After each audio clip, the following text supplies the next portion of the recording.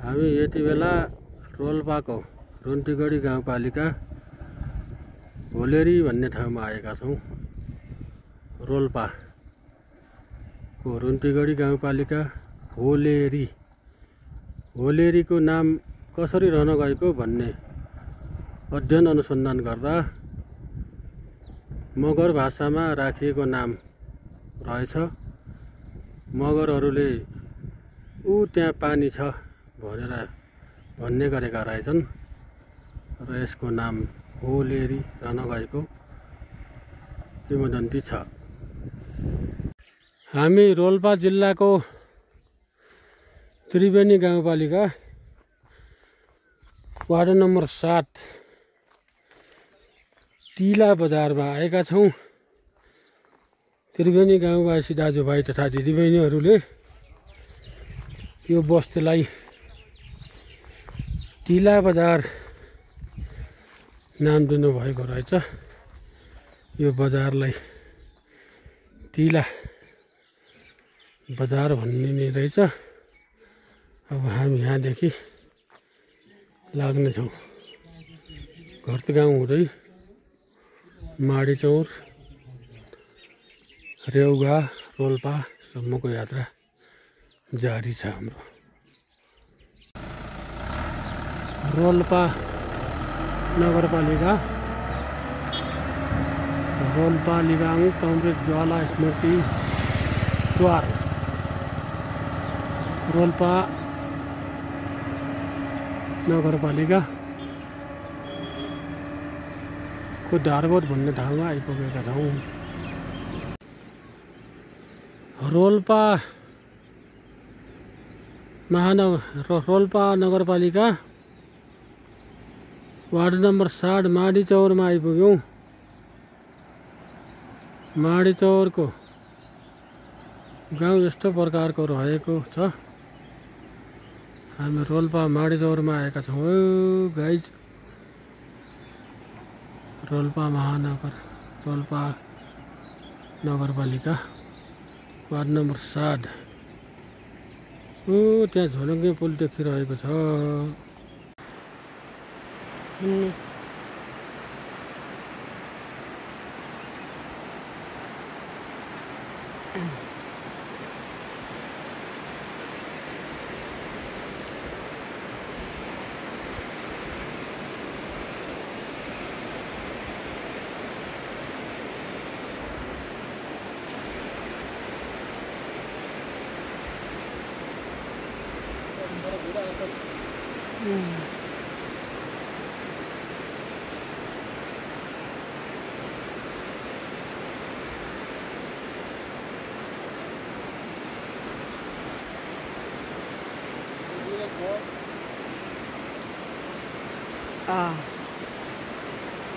दुई के बन्द गरिदिउँ।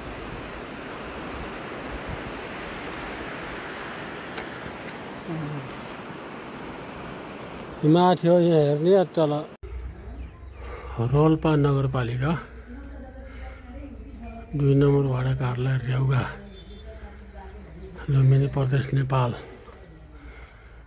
आइपुग्यौँ। देखिने सबै संरचना एरिया गाउँ सबै रोल्पा नगरपालिका वार्ड नम्बर 2 रेउगा भएको र तपाईँलाई जानकारी गराउन चाहन्छौँ। यो तल देखिने हेल्थ पोस्ट अहिले हस्पिटलमा परिणत भएको रहेछ। हामी यहाँ केही समय बसेर वाडा कार्यालयमा केही भलाकुसारी गरेर हामी अगाडि बढ्नेछौँ।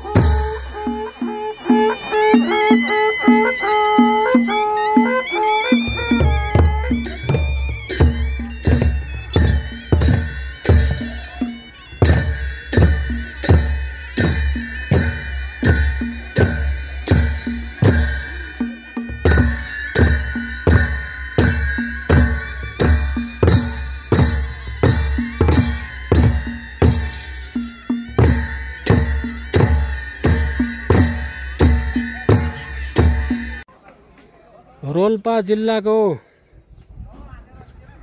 रोल्पा नगरपालिकाको सदरमुकाममा हामी आइपुगेका छौँ।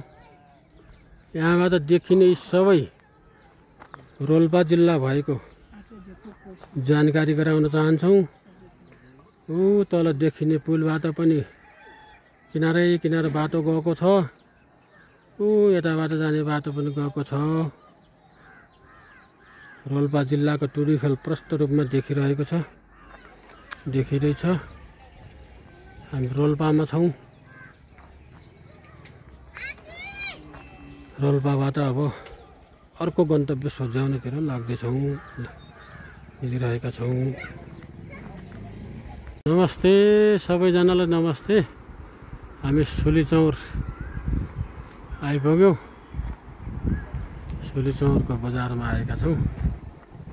रोल्पाको यो सुलीचौर बजारमा केही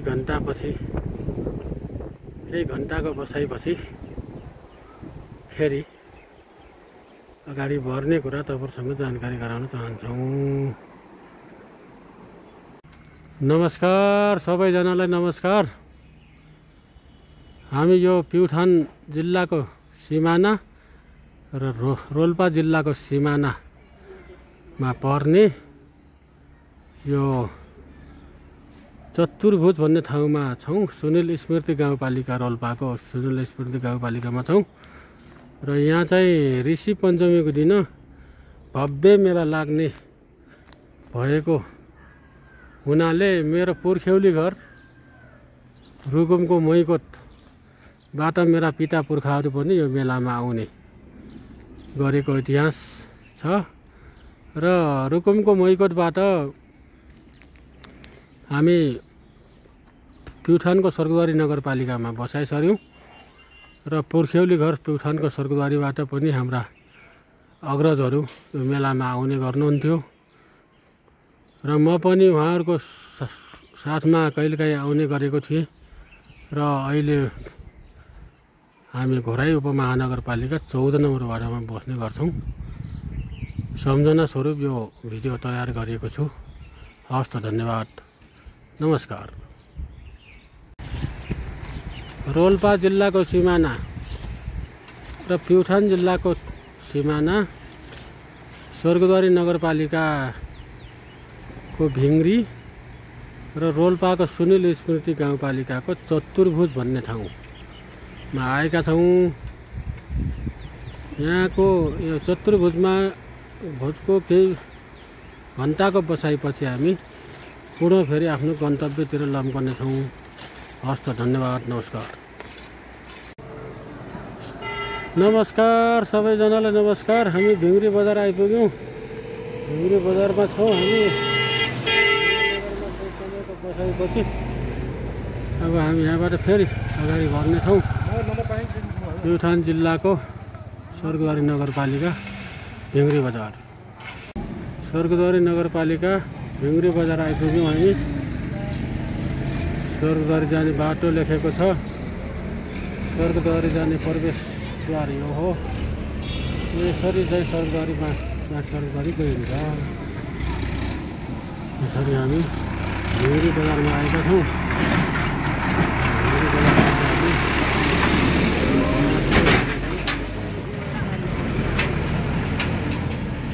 स्वर्गद्वारी नगरपालिकाको कार्यालय यो हो।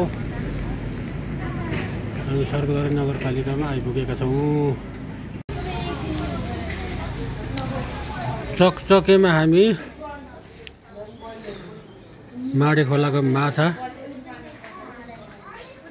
खाँदै हामी माडी खोलाको माछालाई पेटमा हालेर र पेटमा राखेर घोराइ लग्दैछौँ। घोराइ बजारतिर, चकचके बजार।